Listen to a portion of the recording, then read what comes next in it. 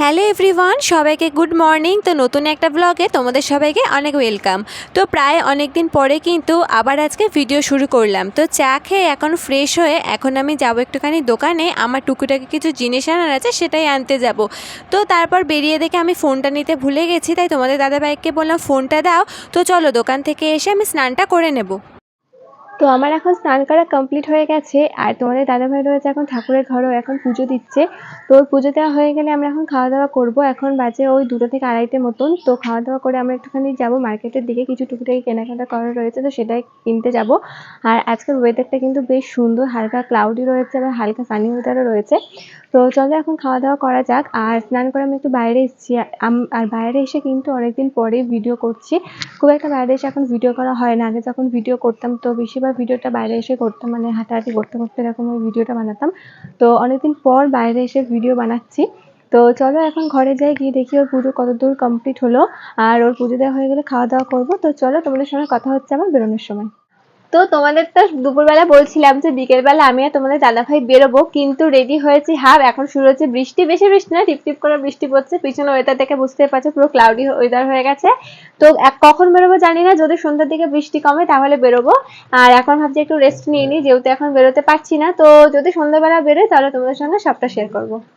তো এখন হয়ে গেছে সন্ধ্যা, আর সন্ধ্যাবেলায় দেখি বৃষ্টিটা কিন্তু কমে গেছে, তাই এখন রেডি হয়ে নিলাম তোমাদের দাদাভাইয়ের সঙ্গে বেরোনোর জন্য। তো ইচ্ছা ছিল আজকে বিকেলবেলা বেরোবো, কিন্তু কি আর করবো, বৃষ্টি তো আমাদের বেরোতে দিল না, তাই সন্ধ্যাবেলায় এখন দুজনে রেডি হয়ে বেরোচ্ছি। আর এদিকে তোমাদের দাদাভাই আমাকে বলছিল তাড়াতাড়ি করো, অনেকক্ষণ থেকে রেডি হচ্ছ। তো আমি কিন্তু এখন অনেকটাই রেডি হয়ে নিয়েছি। আর আমি যখন এখানে লিপস্টিক পরছিলাম তখন তোমাদের দাদাভাই আমাকে কি বলে জানো, বলছে কি আমাকে একটুখানি লিপস্টিক পরিয়ে দাও। তো আমরা দুজন এরকম একটু মজা করছিলাম। আর আজকে মার্কেটে যাচ্ছি বলে ভেবো না, পুজো কেনাকাটা করতে যাচ্ছি নিজেদেরই কিছু দরকারি কাজ মেটাতে। তো মার্কেটে এসে প্রথমে চোখে পড়লো এই আলুর চপের দোকানে। জানো তো আমাদের বারাসাতে এই আলুর চপটা কিন্তু ভীষণ টেস্টি করে। আর জানো তো রাস্তার ধারে যে এই স্ট্রিট ফুডগুলো হয় এগুলো খেতে কিন্তু ভীষণ টেস্টি হয়। তো সবার জন্য আলুর চপ নিয়ে এখন আমি চলে আসলাম একটা জামা কাপড়ের দোকানে।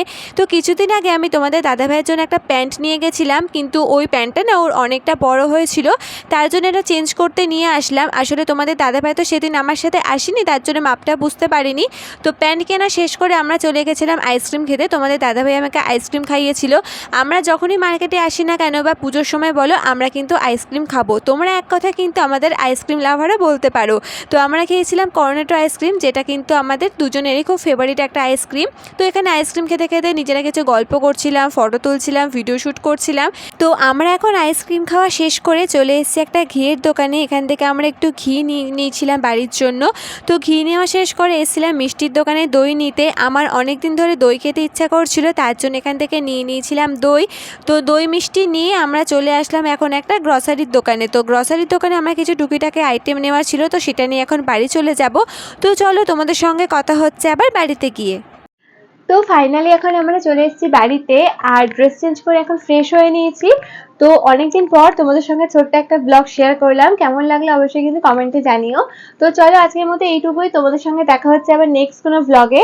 তো আজকের মতো সবাইকে গুড নাইট, সবাই খুব ভালো থেকো। তো সবাইকে বাই বাই।